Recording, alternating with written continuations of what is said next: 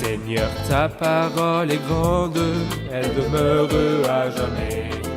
Ta parole est infaillible, rien ne peut la supprimer. Bienvenue, chers spectateurs, ainsi qu'à tous nos spectateurs dans le monde entier, dans un nouvel épisode de notre émission d'études quotidiennes Toute la Bible.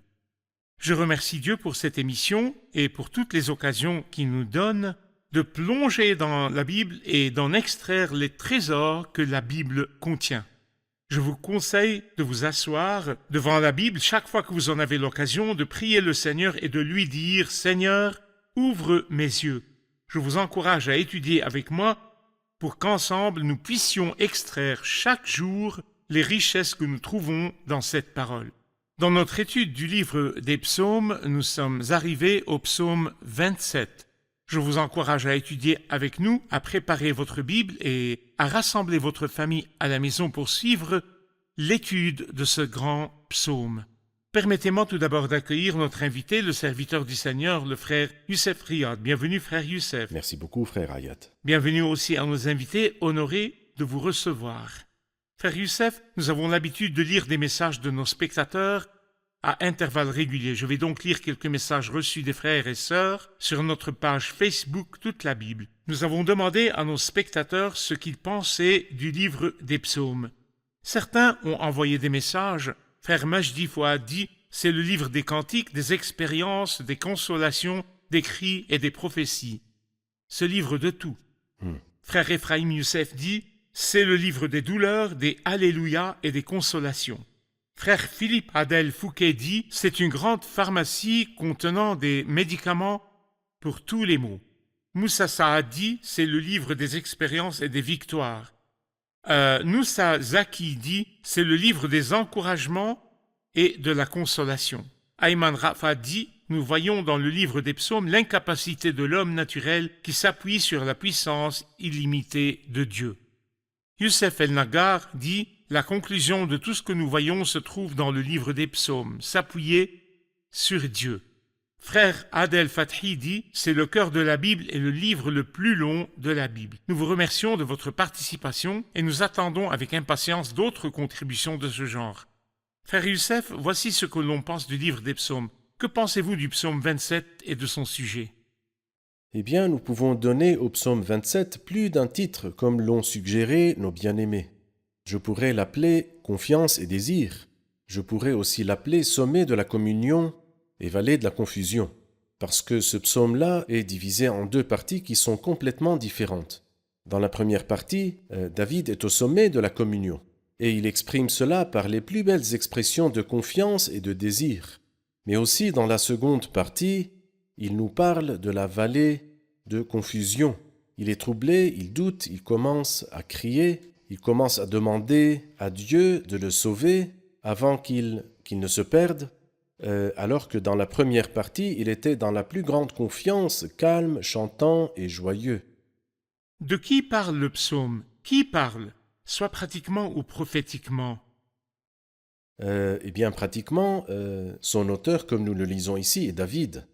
Et en fait, David, dans ses psaumes, parle sans aucun doute du fils de David. Quelqu'un a dit, si dans le psaume 22, nous voyons une image de la croix, dans le psaume 27, nous voyons plutôt une image de Gethsémané. Certains ont dit que ce psaume est le Gethsémané du Christ. Pourquoi? Parce que dans ce psaume, il nous dit « Quand des méchants s'avancent contre moi pour faire de moi leur proie, et ce sont eux, mes persécuteurs et mes ennemis qui trébuchent et tombent. » C'est exactement ce qui s'est passé. Dans Jean chapitre 18, lorsqu'ils sont venus arrêter le Christ et que le Christ s'est avancé, « Qui cherchez-vous » Jésus de Nazareth, c'est moi. Quand il leur dit cette parole, c'est moi, ils reculèrent et tombèrent par terre. Ce sont les mêmes mots que le psalmiste David prononce ici. Mais ici, nous trouvons aussi, bien sûr, une image du reste pieux après l'enlèvement de l'Église, ce reste qui souffrira d'une grande tribulation, et dont la foi s'affaiblira parfois. Ils crieront à Dieu, et Dieu les sauvera à la fin. Le psaume commence par le mot « l'Éternel » et se termine par le mot « l'Éternel ». La fin du psaume « Fortifie-toi et que ton cœur s'affermisse, espère en l'Éternel ». Qui voyez-vous? Le mot « l'Éternel » apparaît 13 fois dans ce psaume. Il commence et finit par lui. Et il est merveilleux que le croyant, sur les montagnes de la communion, n'a rien d'autre que Dieu. Et dans la vallée de la confusion et du doute, il n'a rien d'autre que le Seigneur. Nous devons nous tourner vers le Seigneur dans les moments de joie et de tristesse, dans les moments de confiance et les moments de confusion. J'aime le fait que Jean-Baptiste, lorsqu'il a douté, ne s'est adressé à personne d'autre en disant « Est-ce le Christ ou non ?» Mais il s'est adressé à Jésus, lui disant « Es-tu celui qui doit venir ou devons-nous en attendre un autre ?» Dans le sens que dans toutes les situations de la vie, allez vers celui qui vous sera bénéfique. Et personne d'autre que le Christ ne vous sera bénéfique. Vous avez souligné que le psaume est divisé en deux idées ou deux parties. David sur les montagnes de la communion et de la confiance dans le Seigneur, puis David dans la vallée. Oui. Je vais lire les versets 1 à 6, puis revenir vers vous avec une question sur la première partie. « L'Éternel est ma lumière et mon salut, de qui aurais-je peur? L'Éternel est le soutien de ma vie, qui devrais-je redouter? Quand des méchants s'avancent contre moi pour faire de moi leur proie, ce sont eux mes persécuteurs et mes ennemis qui trébuchent et tombent. Si une armée prend position contre moi, mon cœur n'éprouve aucune crainte. Si une guerre s'élève contre moi, je reste malgré cela plein de confiance. Je demande à l'Éternel une chose que je désire ardemment. Je voudrais habiter toute ma vie dans la maison de l'Éternel, pour contempler la beauté de l'Éternel et pour admirer son temple. Car il me protégera dans son tabernacle le jour du malheur et me cachera sous l'abri de sa tente. Il m'élèvera sur un rocher. Déjà ma tête se dresse au-dessus des ennemis qui m'entourent. J'offrirai des sacrifices dans sa tente avec des cris de joie. Je chanterai, je célébrerai l'Éternel. Vous avez dit que la première partie, surtout le verset 2, parle du Christ à Gethsémane. Oui. Lorsqu'ils sont venus l'arrêter et qu'ils ont trébuché et sont tombés. Mais si je veux en tirer un encouragement pour celui qui a peur, qui est entouré d'une armée qui le combat, ou de persécuteurs qui veulent l'attaquer, qui veulent le calomnier, que lui diriez-vous? Il ne fait pas de doute que ces paroles s'est appliqué à de nombreux honorables hommes de Dieu dans l'Ancien Testament. Par exemple, si vous lisez le verset 3, « Si une armée prend position contre moi, mon cœur n'éprouve aucune crainte. » Nous pensons immédiatement à une histoire qui s'est déroulée dans le 2e livre des rois, au chapitre 6, quand le roi de Syrie envoya ses propres forces spéciales afin d'enlever Élisée, l'homme de Dieu. Et le serviteur du prophète s'est rendu dans le pays et a vu la situation de crise terrible, et il est revenu avec beaucoup de peur et de terreur. Mais Élisée n'a pas eu peur. Et il pria, non pas pour lui-même, mais il pria pour que Dieu ouvre les yeux de son serviteur. Et il dit à son serviteur, « N'aie pas peur, car ceux qui sont avec nous sont plus nombreux que ceux qui sont avec eux. Eux, ils ont avec eux Satan et ses anges, alors que nous avons avec nous Dieu lui-même, le Seigneur des armées. N'aie pas peur. » Et en effet, lorsque Dieu ouvrit les yeux de son serviteur, il est écrit qu'il vit la montagne pleine de chevaux et de chars de feu. Ce qui est merveilleux, c'est qu'Élisée avait confiance en ce Dieu. Si une armée prend position contre moi, mon cœur n'éprouve aucune crainte. Et David, la 2e phrase s'applique à lui. Si une guerre s'élève contre moi, je reste malgré cela plein de confiance. Lorsque nous avons lu le psaume 3, ce psaume dans lequel une guerre a été menée contre David, il dit « Je me couche et je m'endors, je me réveille car l'Éternel est mon soutien, je n'ai pas peur. Je n'ai pas peur de ces myriades de personnes qui m'assiègent de tous côtés. » Il y avait des myriades. Le mot myriade signifie 10 000. Des dizaines de milliers prennent position contre moi et David s'endort plein de confiance en son Dieu. Donc c'est ce que je dis à tout homme qui a peur, ce que dit l'apôtre Paul, si Dieu est avec nous, qui sera contre nous? Parfait. Nous allons faire une pause puis prendre une question du public. Chers spectateurs, je vous retrouve après la pause. Ne quittez pas. Remarque, mon ami, que la seule chose que David voulait faire dans sa vie, selon ses propres mots, « Je voudrais habiter toute ma vie dans la maison de l'Éternel ». Nous avons accès à la présence de Dieu aujourd'hui à travers Jésus-Christ. C'est aussi par son intermédiaire que nous avons accès par la foi à cette grâce dans laquelle nous tenons ferme et nous plaçons notre fierté dans l'espérance de prendre part à la gloire de Dieu. C'est ce qui est écrit par la plume de l'apôtre Paul. Quel grand privilège d'avoir accès à la présence de Dieu à tout moment.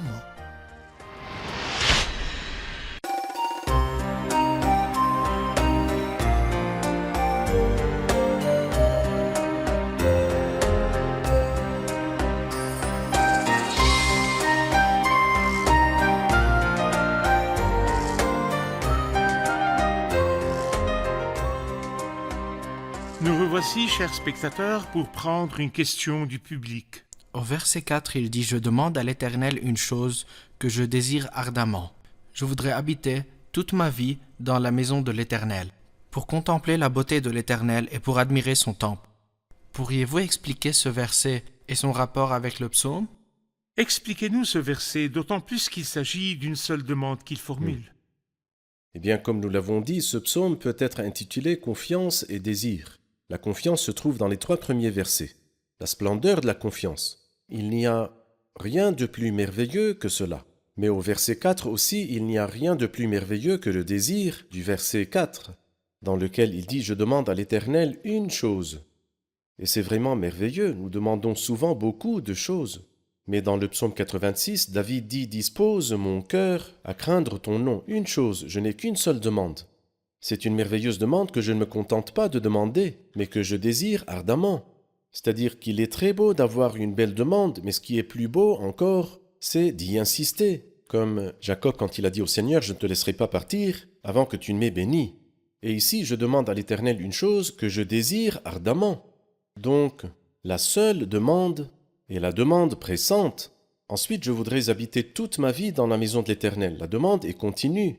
Je ne veux pas visiter la maison de Dieu aujourd'hui et la quitter pendant 1 an, mais plutôt, je veux y habiter. Dans le langage du Nouveau Testament, demeurez en moi, être en relation continue, en étroite communion, et finalement, pour contempler la beauté de l'Éternel, c'est-à-dire une demande justifiée. Je voudrais contempler la beauté de l'Éternel et admirer son temple, ou comme le dit la Bible à référence croisée, et l'admirer à lui dans son temple, ou me renseigner de lui dans son temple. Que signifie cet autel, Seigneur? Que signifie l'arche de l'Alliance? Que signifie le voile? Toutes ces choses parlent, comme le dit le psaume 29, car dans son temple tout s'écrit gloire. Maintenant, nous n'avons pas les symboles, mais nous avons la vérité. Et lorsque nous nous renseignons, ce n'est pas pour un symbole, mais nous nous renseignons sur la personne du Seigneur qui est la vérité. Frère Youssef, je vous remercie d'avoir soulevé cette question et avant de passer à un autre point, nous devons nous arrêter sur une question pratique liée à la présence continue des croyants dans la présence de Dieu. N'êtes-vous pas d'accord avec moi que, de nos jours, la question d'être dans la présence de Dieu, la présence continue, n'existe plus et elle est devenue une visite saisonnière? Nous pouvons rencontrer Dieu le dimanche et passer le reste de la semaine loin de la présence de Dieu. Nous assistons à la réunion 1 heure par jour et toute la journée nous sommes déconnectés d'une présence continue devant Dieu. Quel est le danger de tout cela? Eh bien, vous vous souvenez que lorsque les 2 disciples ont entendu Jean-Baptiste dire « Voici l'agneau de Dieu », ils ont suivi le Christ et le Christ leur a dit « Que voulez-vous » Leur réponse était si merveilleuse. Ils leur dirent « Maître, où habites-tu? Nous voulons nous asseoir avec toi. Nous voulons vivre avec toi, nous voulons habiter avec toi. » Dans le psaume 23, David dit « Je reviendrai dans la maison de l'Éternel jusqu'à la fin de mes jours. » Et ici, il dit « Je voudrais habiter toute ma vie dans la maison de l'Éternel. » En effet, ce qui nous fatigue est que nous avons des visites saisonnières au Seigneur et non pas une résidence permanente. Bien sûr, nous avons une résidence permanente dans la communion ininterrompue à toute heure du jour. Et en plus, la participation régulière aux réunions et non pas d'un jour férié à l'autre, ni d'un dimanche à l'autre. Et les autres jours de la semaine, où suis-je? Est-ce que j'ai une relation solide et étroite? Est-ce que je suis, comme nous l'avons vu, en train de me réjouir, de louer et de bénir le Seigneur dans les assemblées, comme nous l'avons étudié dans le psaume 26, que Dieu nous aide à être comme cela? Il est bon, comme vous l'avez souligné, selon les références bibliques croisées, de l'admirer dans son temple. Nous allons aux réunions à cause de lui. Oui. Nous voulons le voir et être remplis de lui. C'est juste. Pas seulement pour y assister, mais pour l'admirer dans son temple. Très bien. Vous avez souligné que la deuxième partie du verset 7 jusqu'à la fin du psaume parle d'un autre état d'esprit, d'une autre situation. Oui. David était sur les montagnes de la communion et maintenant il est dans la vallée du doute. Décrivez David alors qu'il se trouve dans la vallée du doute. Eh bien, si nous lisons dans le verset 9, par exemple, il dit « Ne me cache pas ton visage ». Ne repousse pas avec colère ton serviteur. Tu es mon secours, ne me laisse pas, ne m'abandonne pas. Il pressent que Dieu pourrait le rejeter ou l'abandonner. Toi, l'Éternel, si tu me rejettes, si tu m'abandonnes, où irai-je? Dans ce cas-là, je préfère la mort. Donc ici, il était dans la confusion, jusqu'à ce qu'il a dit « Mon cœur dit de ta part, cherchez mon visage ». Ensuite, il conclut le psaume en disant « Oh, si je n'étais pas sûr de voir la bonté de l'Éternel au pays des vivants ». C'est-à-dire, ici, Dieu l'a aussi aidé, il ne l'a pas abandonné, et il lui a redonné des forces, comme il le dit dans le psaume 23. Il me redonne des forces, il me conduit. Il ne l'a pas laissé longtemps dans cette confusion. Mais ce psaume se termine par les deux plus beaux versets sur la confiance dans le Seigneur. Espère en l'Éternel, fortifie-toi, et que ton cœur s'affermisse, espère en l'Éternel. Mon cœur dit de ta part, cherchez mon visage. Je cherche ton visage éternel. Quand Dieu a-t-il dit chercher mon visage? Où cela se trouve-t-il? Si nous retournons au livre du Deutéronome, au chapitre 4, je vais lire ici ce très beau verset dans lequel nous voyons que le Seigneur a dit au peuple « Cherchez mon visage » dans Deutéronome 4, exactement au verset 29. « De là tu chercheras l'Éternel ton Dieu et tu le trouveras. Si tu le cherches de tout ton cœur et de toute ton âme, si nous cherchons Dieu, nous le trouverons. » Je voudrais commenter sur le visage de Dieu. Le visage de Dieu apparaît pour la première fois dans Genèse 3, lorsque Adam et sa femme fuirent le visage de Dieu. Pour l'homme pécheur qui a fait quelque chose de mal, le visage de Dieu est effrayant. Je me rappelle que lorsque nous étions petits, quand je faisais quelque chose de mal, j'abîmais quelque chose dans la maison par exemple, je n'étais pas vraiment très content de la venue de mon père. Et avant qu'il n'arrive, je rentrais au lit me coucher afin de ne pas le rencontrer, car ça n'allait pas être drôle de le rencontrer. Et je pense que c'est ce que Adam a ressenti lorsqu'il a mangé de l'arbre et qu'il s'est senti nu, il s'est caché loin du visage de Dieu. Mais la dernière fois que nous lisons sur le visage de Dieu est dans Apocalypse 22, c'est merveilleux. Ses serviteurs verront son visage et son nom sera sur leur front. Nous verrons son visage, pourquoi? Eh bien parce que les péchés qui nous séparaient de Dieu et qui pesaient sur nous ont été enlevés par la croix du Christ. Maintenant, nous aimons voir le visage de Dieu. C'est là qu'il dit « Je cherche ton visage éternel ». Et avant cela, il dit pour contempler la beauté de l'Éternel et pour admirer ou l'admirer dans son temple. Vous avez parlé du visage de Dieu. Je cherche ton visage éternel, ne me cache pas ton visage. Ne repousse pas avec colère ton serviteur. Tu es mon secours, ne me laisse pas, ne m'abandonne pas. Dieu de mon salut. Qui voyez-vous, frère Youssef? Eh bien, j'y vois que David honore le visage de Dieu. Et David a une expression que nous avons déjà étudiée dans le psaume 4, verset 6. Beaucoup disent « Qui nous fera voir le bonheur? Fais briller la lumière de ton visage sur nous, Éternel. » La lumière du visage de Dieu est agréable et réjouissante. Mais je veux dire non seulement pour le vrai croyant, mais pour le croyant qui est dans une vraie communion. Vous vous souvenez de Jacob, et Jacob était un croyant, mais il a dit quelque chose d'assez étrange. « J'ai vu Dieu face à face, et je l'ai échappé belle, et ma vie a été sauvée. » David dit ici « Je désire voir le visage de Dieu. » Mais quand Jacob était dans une situation problématique, il dit « Dieu soit loué, je l'ai échappé belle, j'ai vu Dieu face à face, et ma vie a été sauvée. » Et cela veut dire que quand on est pécheur, loin de Dieu, on n'aime pas le visage de Dieu. Et lorsqu'on est croyant sans communion, on n'aime pas voir le visage de Dieu. Mais combien le plaisir est grand, combien nous pouvons jouir et nous réjouir lorsque nous sommes en communion avec Dieu. Seigneur, tout ce que je veux, c'est que tu fasses briller la lumière de ton visage sur nous, Éternel. Parfait. Nous allons faire une pause puis prendre une question du public. Chers spectateurs, je vous retrouve après la pause. Ne quittez pas.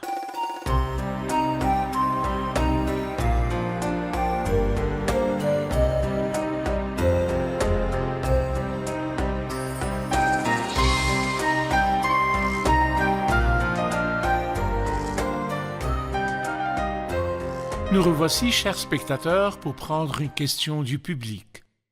Verset 8, mon cœur dit de ta part, cherchez mon visage. Qu'entend-on ici par le visage de Dieu? Comment pouvons-nous voir le visage de Dieu dans la pratique? Bien sûr, nous devons discerner, c'est une bonne question. En fait, Dieu n'a pas de visage au sens humain du terme. Ni de main, ni d'œil, ni d'oreille. Ces expressions sont utilisées de manière métaphorique pour rendre l'idée plus proche de nous. Mais simplement, le visage de Dieu signifie la présence de Dieu. Nous nous souvenons de Moïse disant au Seigneur, « Si tu ne marches pas toi-même avec nous, ne nous fais pas sortir d'ici. » Lorsque Dieu lui a dit, « j'enverrai un ange, je ne marcherai pas avec toi. Donc, Moïse lui dit, nous passons de Canaan, nous ne voulons pas de Canaan, nous voulons ta proximité, ta présence avec nous. Ce que Moïse exprime en disant, si tu ne marches pas toi-même avec nous, ne nous fais pas sortir d'ici. Dieu répond, je marcherai moi-même avec toi et je te donnerai le repos. Frère Youssef, l'expérience de David au verset 10, « Même si mon père et ma mère viennent à m'abandonner, l'Éternel m'accueillera. » Pratiquement et historiquement, comment David a-t-il traversé ces circonstances et trouvé sa satiété dans le Seigneur? Eh bien, il est clair que David a été oublié au moins par son père. C'est pourquoi il dit dans certains psaumes, « Sauve le fils de ta servante ». Il semble que sa mère était une femme pieuse. Et le père de David L'a oublié depuis longtemps, l'a en oublié. vérité. Oui, Donc, depuis qu'elle a été oint roi. n'est-ce pas? Depuis qu'il a été oint roi, il fit venir ses 7 fils. Samuel lui dit, « Tous tes fils sont-ils là ?» Il répondit, « Il reste encore le plus jeune, il ne compte pas. » Samuel lui dit, « Non, c'est lui que Dieu a choisi. Même si mon père et ma mère viennent à m'abandonner, l'Éternel m'accueillera. » Et je crois vraiment que de nombreux téléspectateurs ont vécu la même expérience. Dans des circonstances tragiques, le père est parti, la mère est partie, au temps où il avait vraiment besoin d'eux, et il n'était pas présent à côté d'eux. Mais ce que j'aimerais dire, c'est que même si le père et la mère sont partis, pour quelque raison que ce soit, qu'ils soient vivants et toujours sur terre, ou décédés et que leur vie sur terre soit terminée, nous avons un père et une mère qui ne nous abandonneront jamais.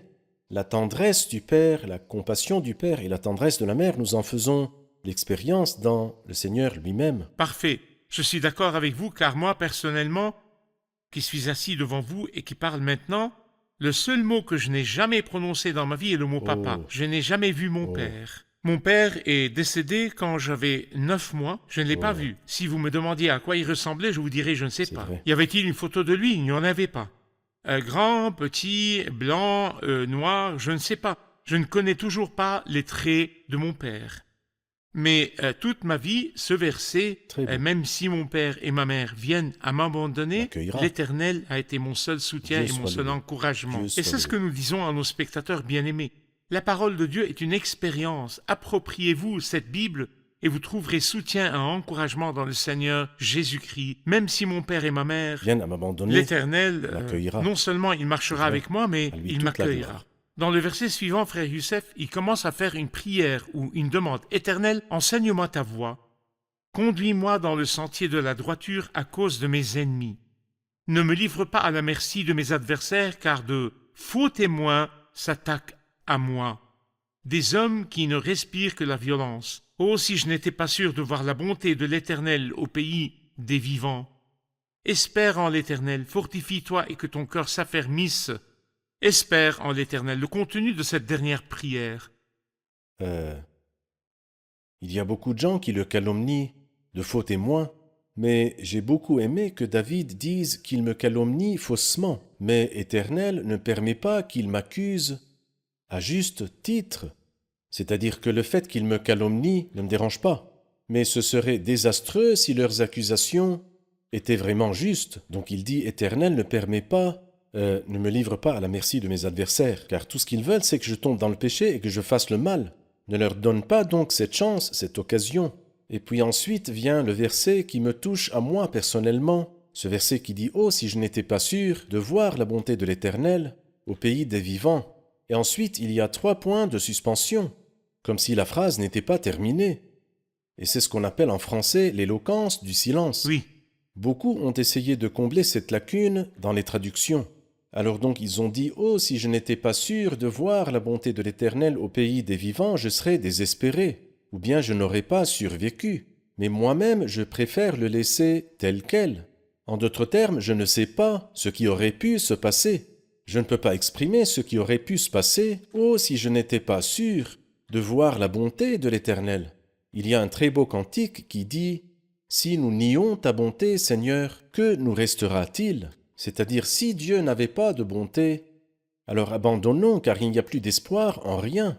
Et c'est ce que David a dit, « Oh, si je n'étais pas sûr de voir la bonté de l'Éternel au pays des vivants !» Et puis, il termine ce psaume plein de confusion par la plus belle des conclusions. « Espère en l'Éternel, fortifie-toi, et que ton cœur s'affermisse. espère en l'Éternel. Il est encourageant qu'il commence le psaume en disant que les gens veulent faire de lui leur proie, c'est-à-dire le tuer, et qu'il termine par le pays des vivants. C'est vrai, Tous les hommes ont été déçus c'est vrai. et tous les complots des hommes ont échoué. Et c'est le plan de l'Éternel qui doit s'accomplir. Ils veulent me tuer, mais je trouve la bonté de l'Éternel au pays des C'est vivants. sûr.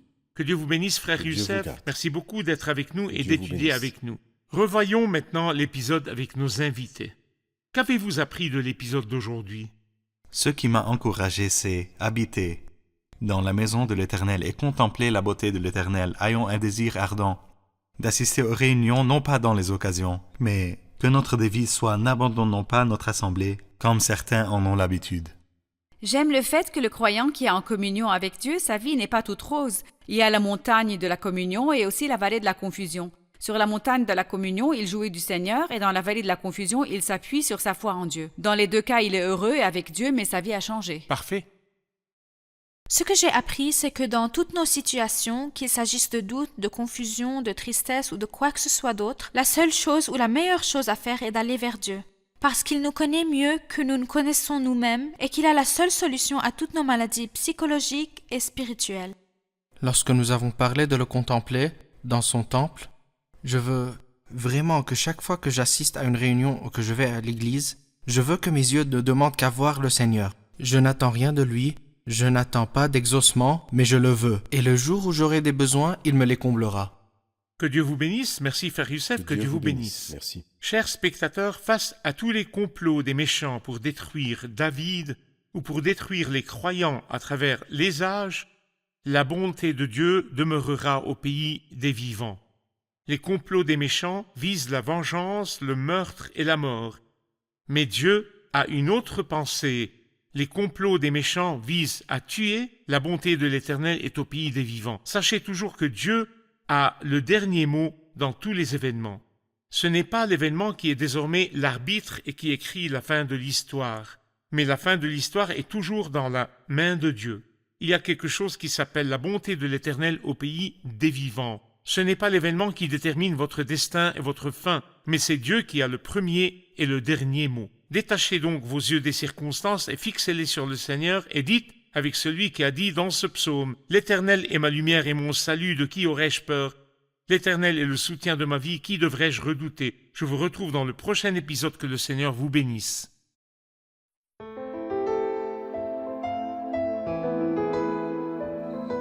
Seigneur, ta parole est grande, elle demeure à jamais. Ta parole est infaillible, rien ne peut la supprimer.